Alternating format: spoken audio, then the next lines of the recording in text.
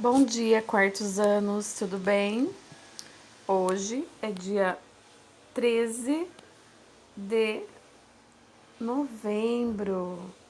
Coloca a data aí, ó, 13/11, certo? Vamos começar a nossa aula. Pega o roteiro, atividade de número 5 de língua portuguesa. Toda criança tem direito a receber educação de qualidade e dever de estudar. Leia o texto abaixo e responda as perguntas. É um texto bem interessante que nós vamos ler agora.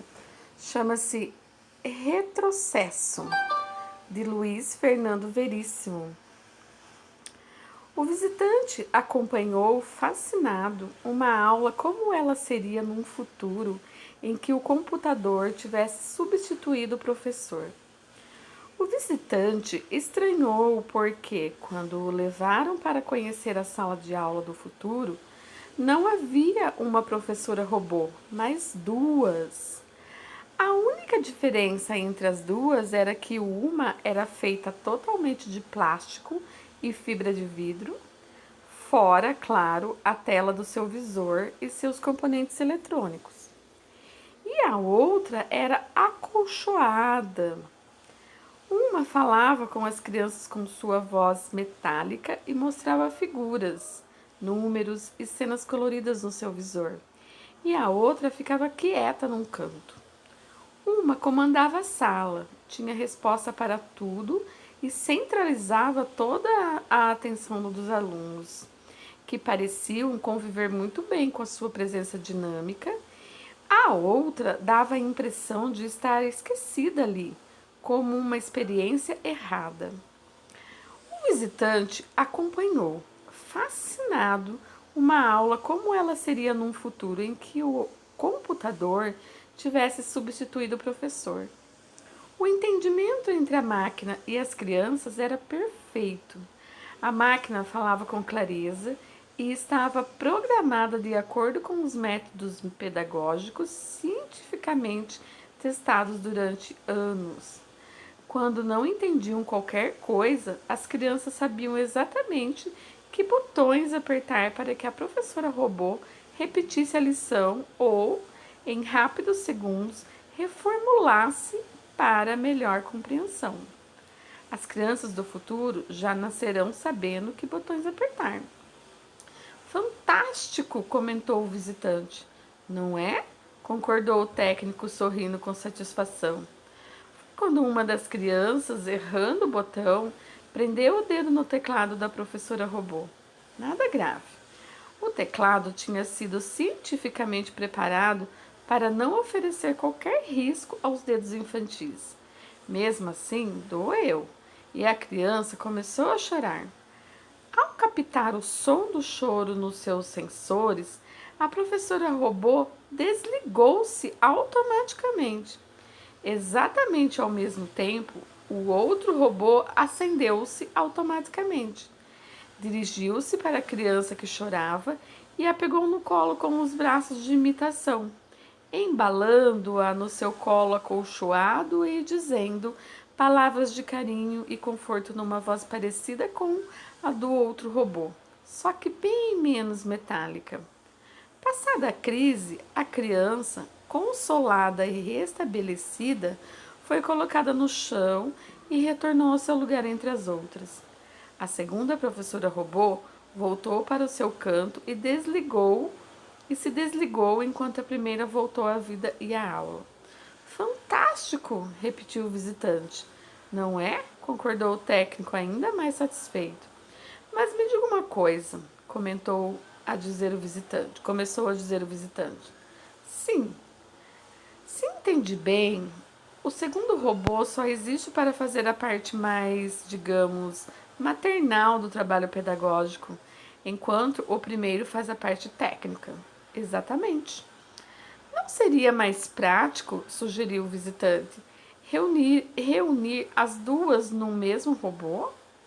Imediatamente, o visitante viu que tinha dito uma bobagem.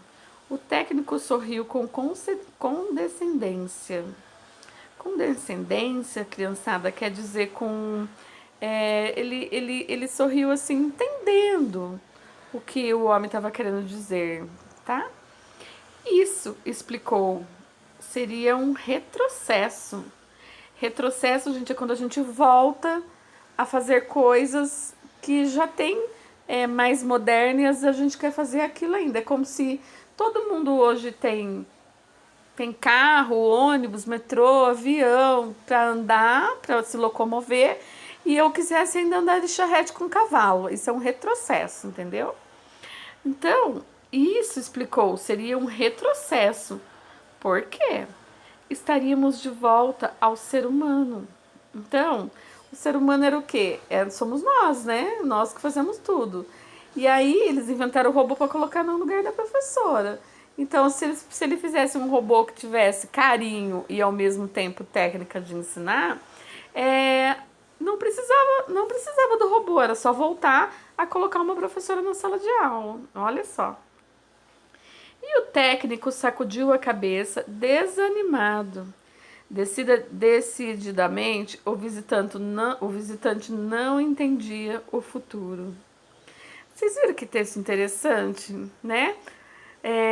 Eles não conseguiram colocar no mesmo robô a parte em que ela é técnica, explica tudo, né? Uma boa professora e ao mesmo tempo ela ser carinhosa, dar carinho, atenção para a criança, né?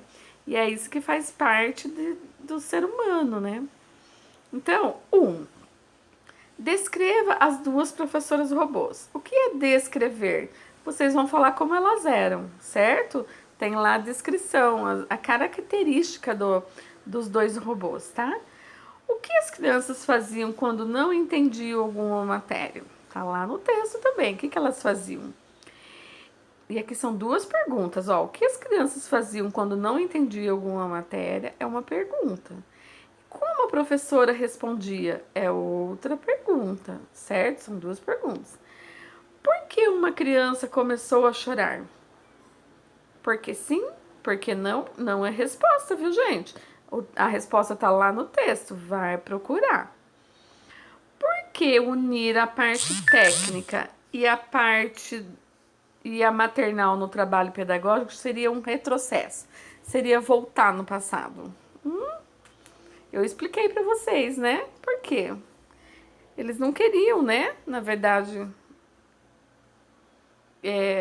os seres humanos mais com alguns tipos de trabalhos, né? Em sua opinião, professoras robôs seriam melhores que professoras humanas? Se vocês acham que sim, vocês colocam sim e explica por que sim. Se vocês acham que não, escreve não, ponto, e começa a responder por que não. Tem que ter aqui, ó, explique. Não adianta vir só com a resposta sim ou não. Tem que explicar. Em tempos de quarentena, você está tendo contato com seus professores? Qual o veículo de comunicação entre vocês? O que vocês estão usando para se comunicarem com a professora e a professora com vocês? Certo, gente? Então, essa foi a atividade de língua portuguesa. Vamos dar um tempinho e já vamos ir para a matemática, certo?